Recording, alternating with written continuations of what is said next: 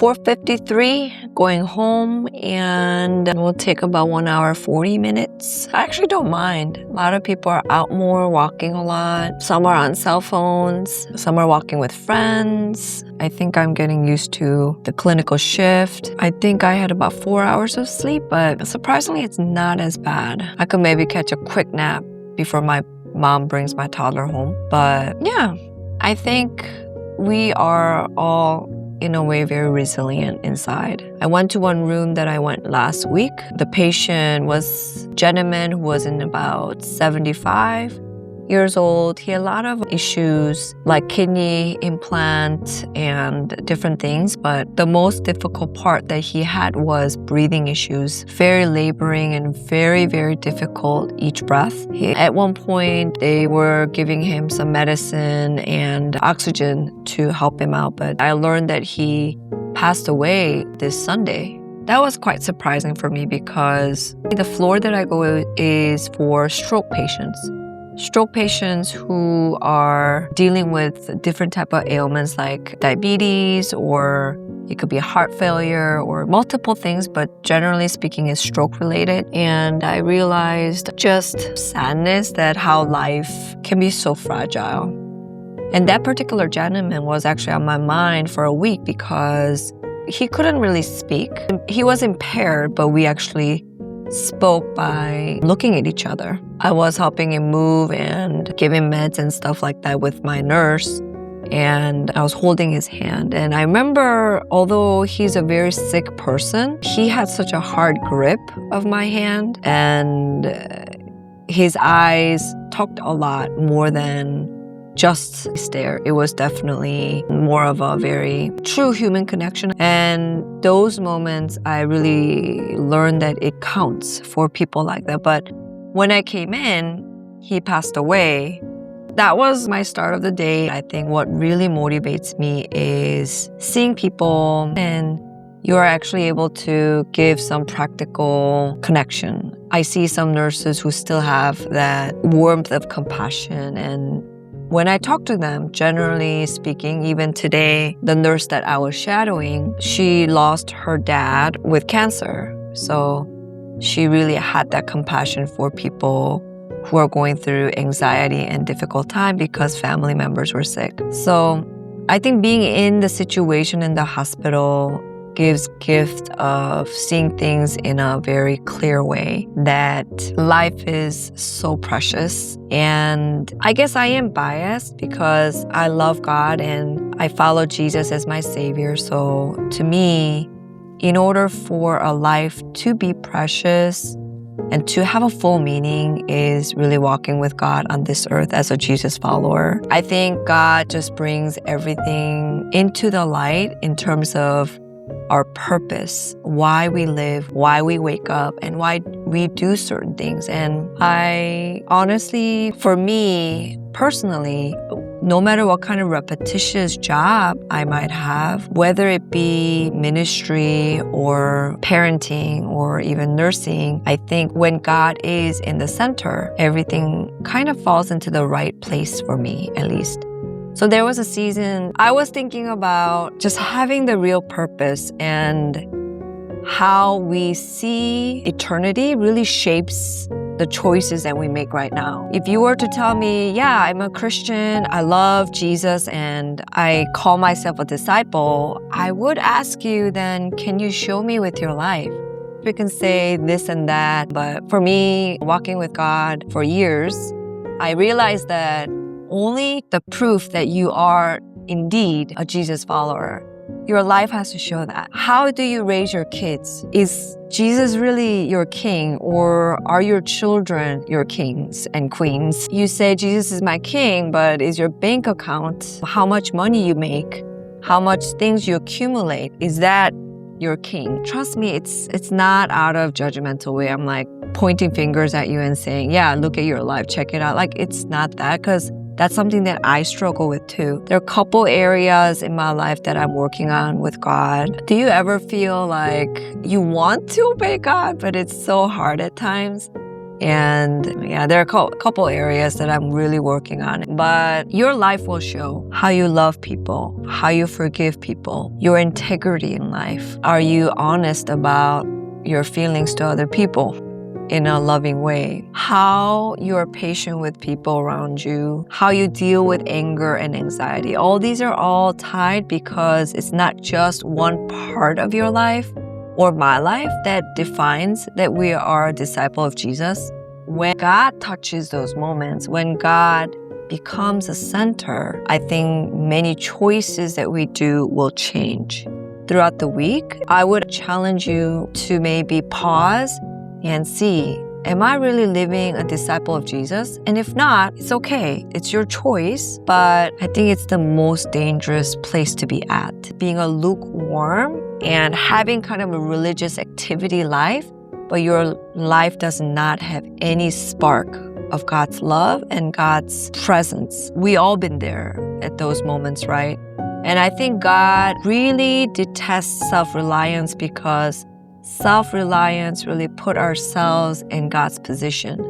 And I think God does not like that because it really harms us. We think we are in charge of making ends meet.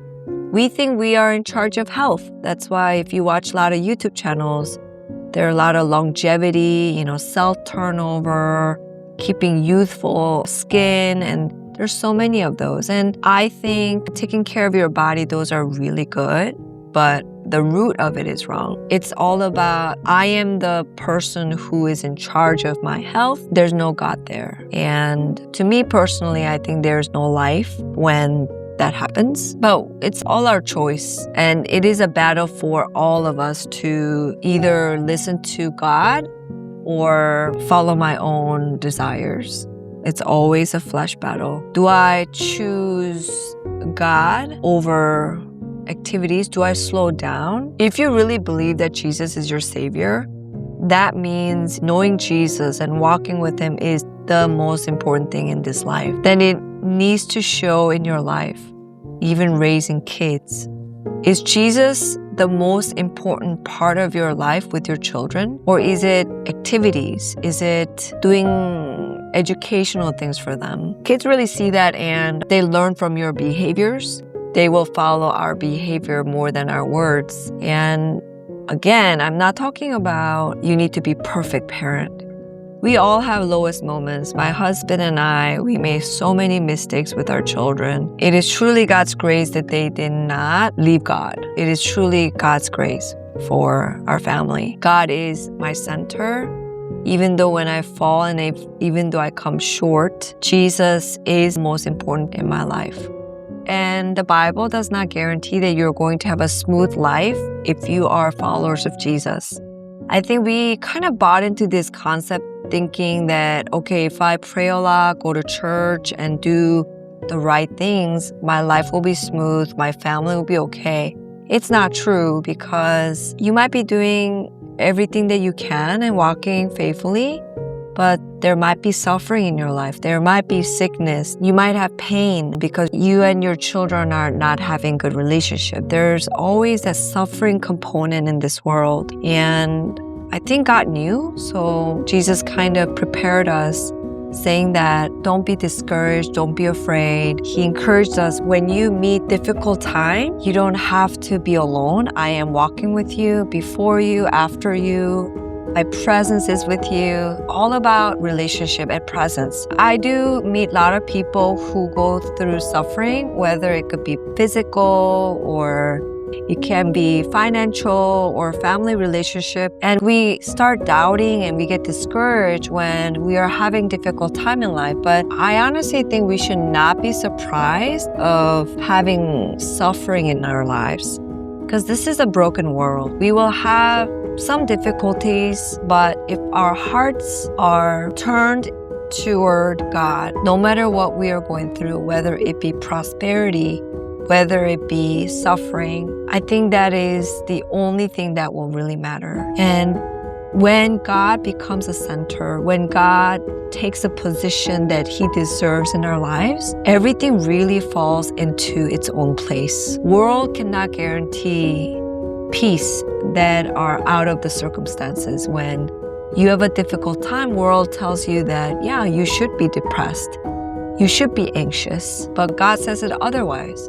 God says, it doesn't matter what you go through, whether it be difficult things, I'm here with you, and that's all you need. And I want you and me to be that person like Enoch who walked with God and who heard God's voice louder than anything else in the world. And I believe that when we are walking with God intentionally every day, bringing whatever like shortcomings, sins that we have, that really brings out the true meaning of each day's grace and each day's joy. Now that I'm going into the nursing field, I am meeting many people who are sick, and it honestly humbles me. And when I have migraines and I have difficult time myself, it reminds me of my limited mortality. It reminds me that God is God and I have nothing that I can control in terms of life or death. I can eat well, exercise, have a generous heart, loving heart, just like, what God gives directions for our lives. We can do that, but God has to be the center. And I just wanted to encourage you on that. If you are having a difficult day, long day, or maybe you might be anxious, maybe you're not sure of the future, you're not sure about your finance being provided for tomorrow. You might be wondering if your broken relationship will be mended anytime soon. God can carry those really heavy burdens for you. And instead of those burdens, God will tell you, don't worry, daughter. Don't worry, my son. I know this is hard, but it's temporary and I am with you. You're gonna go through it. I always tell you, you're not alone. You might feel like you're alone, but you're not. God is there. And He loves you so much. And I just want you to remember that when you feel like you are alone in the dark, even if people disappoint you and fail you, even your family members might fail you, God can pierce through that pain and rescue you. He did that for me multiple times in my life. I now know what it means to taste God's peace in difficult times. So blessings to you and sending you hugs. And I'll talk to you soon. Bye.